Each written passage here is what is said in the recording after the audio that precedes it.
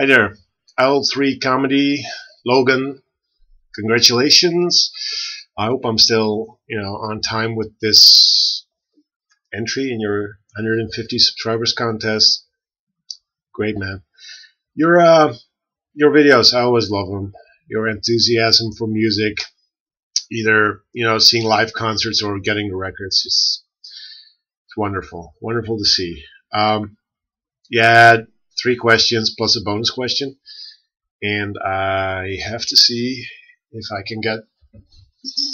Yeah, I have them written down here. So, um, you wanted to know a lot about heavy music.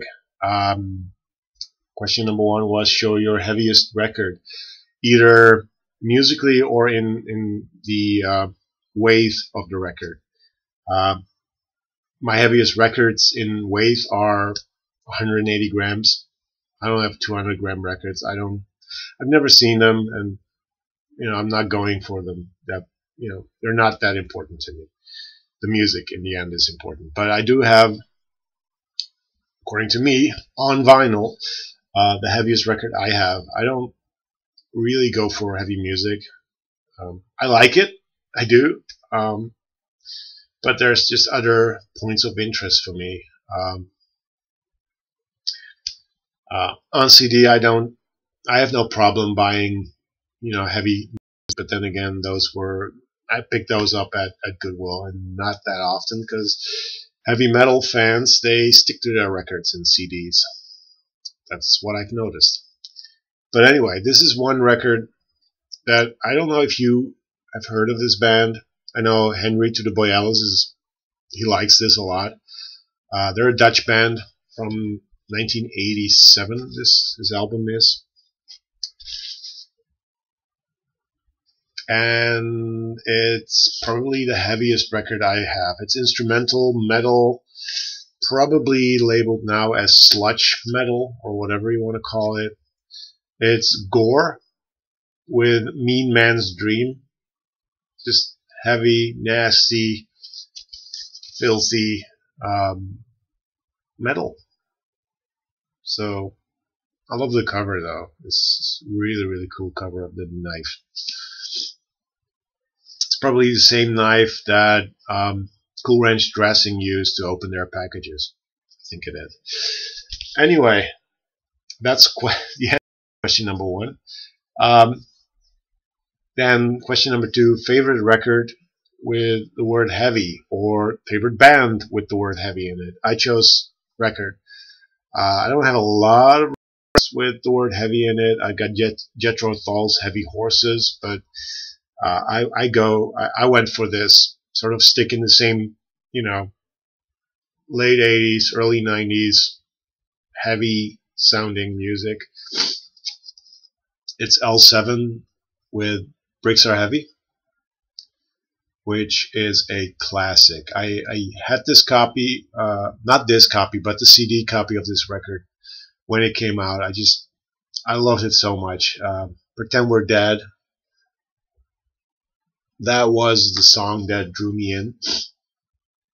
And it took me years and years to actually decide whether or not I should find and pick up the vinyl release, and I did. And this is just great female-fronted, well, grunge, riot girl music. I don't know what you would call it. All I know is that these women, they blew the shit out of most, if not all, grunge bands out there, in terms of heaviness, nastiness, just outrageousness, Soundgarden, they're good, but these women, they blew them away with their attitude and with their with their sound. I think I like both actually, but L7's just, I don't know. I like it when women just rock harder than most men. Then question number three, show a heavy band that hasn't been seen a lot or heard a lot about in the vinyl community. And I think I got one that fits the description. It's a band from the UK. that I have not seen a lot of people show, and that is because it's a really, really good band. And that is Head of David. This is their, I think, debut album called LP. It's on Blast First, which is that label. It's from 1986. Like I said, they're from the UK. That's the band. They sound like the music that would later be created by bands like Godflesh. Just industrial metal without the industrial and without the metal. It's just heavy, dark, not a fun listen, but a cool listen. They do a cover, amazing cover of Rocket USA by Suicide on here. So it's sort of like Rocket USA, but with heavier, nastier guitars and without the electronica. It's just cool stuff. And I also have their other album. I don't know if they have more, but this is Old. And I'm sure this album was a huge influence on bands like Fear Factory, because Fear Factory covered a song, and I don't think you can see it, but it's called Dog Day Sunrise, which I think you should check out Head of David's version of that. That's just so good, so and just cool. Show the insert, the inner sleeve, Head of David, Dust Bowl. So this one's from 1988. So those I have not seen in the vinyl community that often, and they should. If you like heavy music, yeah, you should check those out. I'm pretty sure, Logan, that you dig both the Head of David and Gore records. I'm pretty sure you do.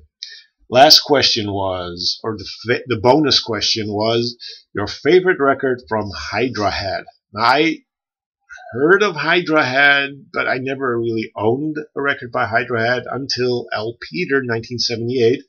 Peter from Holland sent me a VZLT, including a record by Hydra Head. And that is Piebald.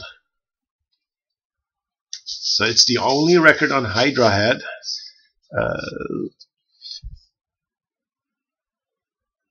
there that I have. It's called If Life Hands You Lemons. Oh, When Life Hands You Lemons. And it's good. It's really, really good. I recently heard that Hydra Head are calling it quits, so that's shitty. But yeah, cool. So that's my bonus answer. Anyway, take care, Logan.